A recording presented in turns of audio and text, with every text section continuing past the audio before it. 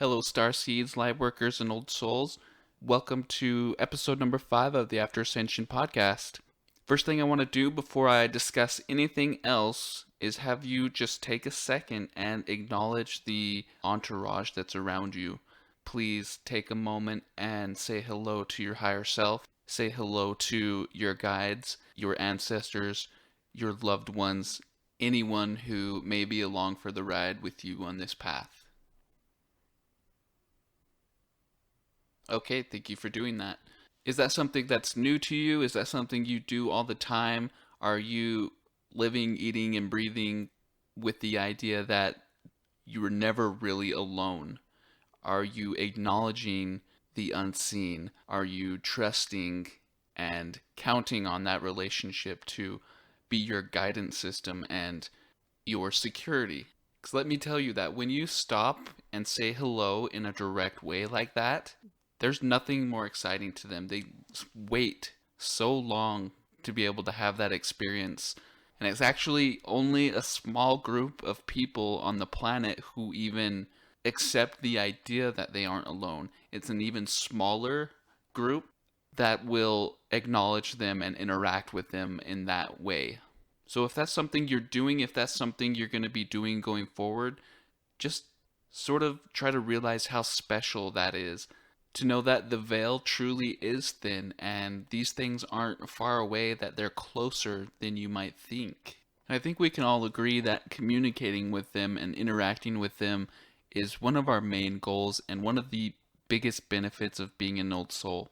So if you haven't realized by now, this episode is going to be about acknowledging the unseen, creating the opportunity to interact with them, and have all kinds of paranormal experiences, because I believe that it's our job as starseeds and old souls to acknowledge and normalize the paranormal. And this is something I've been working on for a long time, so I'm going to share some techniques that I've come up with that have worked for me, that have helped me have interaction in a direct way with the team around me. And I believe that this is something that all of you deserve. And you should know that you don't have to wait for your multidimensional technology to be fully operational in order to do certain things. And most likely your team has been desensitizing you along the way, sort of putting their toe in the water to see what they can and can't do, doing little things here and there, and sort of gauging how you respond. And if there's any fear or doubt at all, then they sort of back away and come up with a new game plan. But if they do something and you respond in an excited, positive way, then that gives them the green light to go ahead and do a little more and do a little more. In the last episode, I told you a little bit about my most significant paranormal experience when the light ship showed itself to my wife and I. That was something that was really special to us, and that was something that I will never forget. But the truth is, before that happened, I had been in the process of shedding away layers of fear around that sort of thing, and that had been going on for a long time. And I realized most of that fear came from movies and TV shows growing up. I remember being a little kid and being terrified of aliens and ghosts and anything that was strange and out of the norm, which is exactly how those things are designed. They do a good job, so congratulations to them. They create a lot of fear, wow. But I slowly overcame that, and I slowly began to develop confidence in who I was and what I was here to experience. Because honestly, in normal life, I got bored. I wanted to know what was out there. I wanted to have experiences that were rare. And after having this initial lightship sighting, the floodgates opened for me in a way that I believe I can help you do the same. I remember when I was younger, I would wake up and the veil would still be thin and I would see figures in my room and it would terrify me. But what that was doing was actually preparing me for what was to come and allowing me to get that fear out of the way so that I could be in the position to see certain things and hold my balance, maintain clarity. Then, as I got older and didn't respond in fear when certain things would approach me, the experience would be much more sustainable and profound. I remember one time back in my old apartment, I woke up and there were three beings standing at the end of my bed. And all I can really describe them as is being in royal attire. One was much smaller than the other two. And if I didn't have this previous experience, I would have responded in fear and it would have been tainted. But because I had gone through what I had gone through, it allowed me to just kind of sit back and I was just like, awesome, Then from that point forward, you begin chasing that high. You begin to seek to replicate that experience. And in my situation, I was lucky enough to be able to basically call in these light ships whenever I wanted to. And I still can to this day. And I believe you can too if you're in the right mindset and if you're carrying a high enough vibration to accept the experience for what it is. And if you're someone out there who wants to have this experience for themselves, I'm going to go in brief detail on how to do that. So one thing to remember when you're dealing with paranormal things, it's very important not to falsely identify something that is man-made with something that may be extraterrestrial or multidimensional. So just so you know, when you have a real experience, it's most likely going to be something that breaks the laws of this reality as we know them. Many of you remember that I've posted paranormal videos for years and years and years, and I would have people all the time emailing me videos and contacting me about a sighting they had, and honestly, 9 times out of 10, if not more, it would be something that was natural, something that was explainable. And a lot of people are mistaking seeing satellites in the sky as UFOs or light ships. So once again, it doesn't do you any good to mistake something natural for being paranormal. So I just want you to be aware of that going forward. Okay, let's get into it. So this is what has worked for me.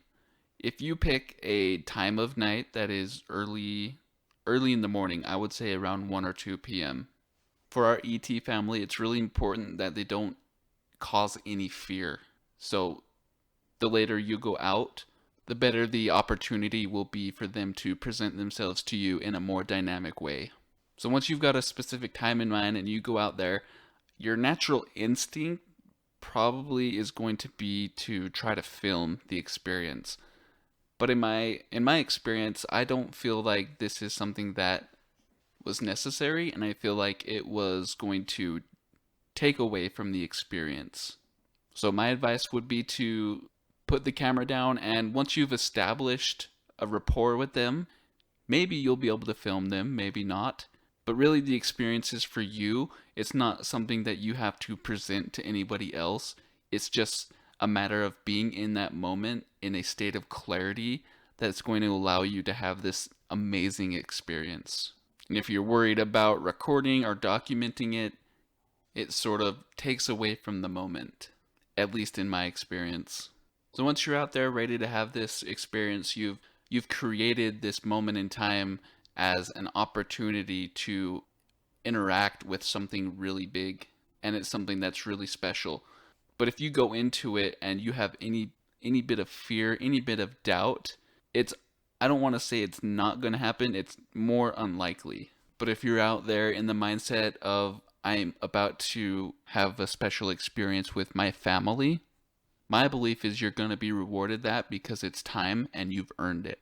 So, just a quick review.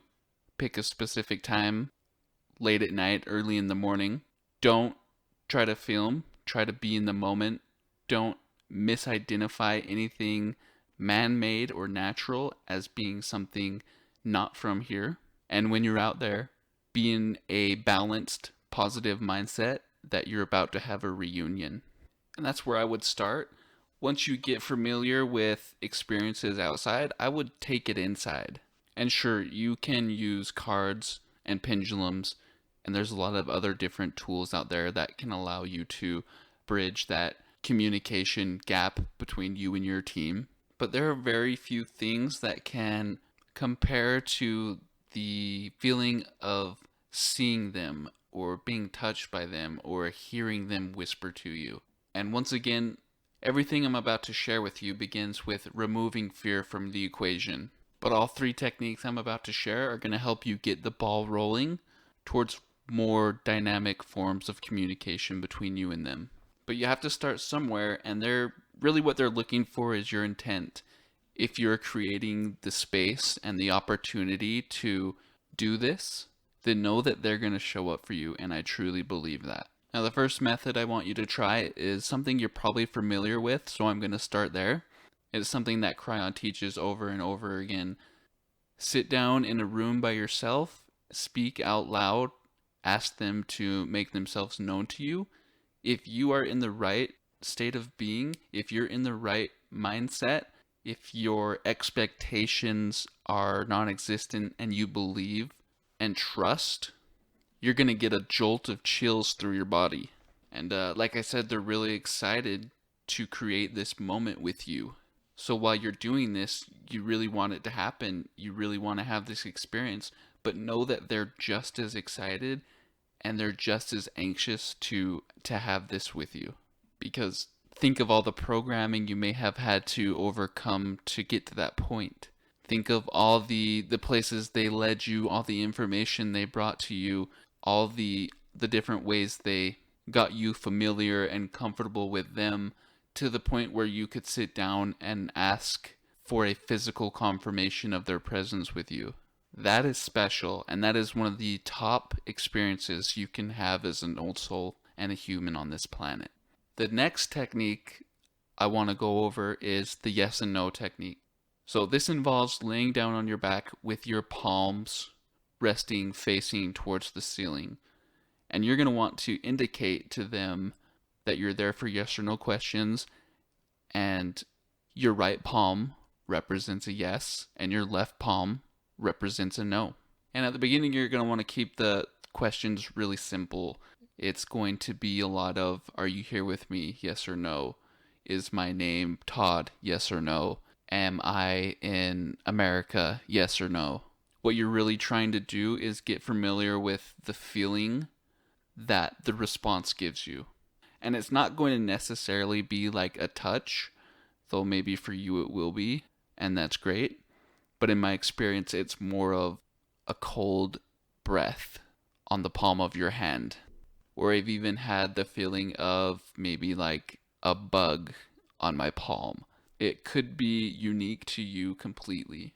But please allow time for yourself to get accustomed to what that's going to feel like. If you don't get it right away, don't get frustrated and quit. As we all know, in spiritual things, in spiritual practices, perseverance and trial and error are a huge part of it. This is something that if you can be patient with yourself, if you can allow yourself the opportunity to get familiar with that energy, with that sensation, it could be a huge benefit to you. And most likely they're going to use that opportunity to let you know different things you need to be doing in order to clear yourself, to get your crystalline technology more in tune, to allow you to have more dynamic forms of communication with them. And the next method is going to be how to create visual contact with them.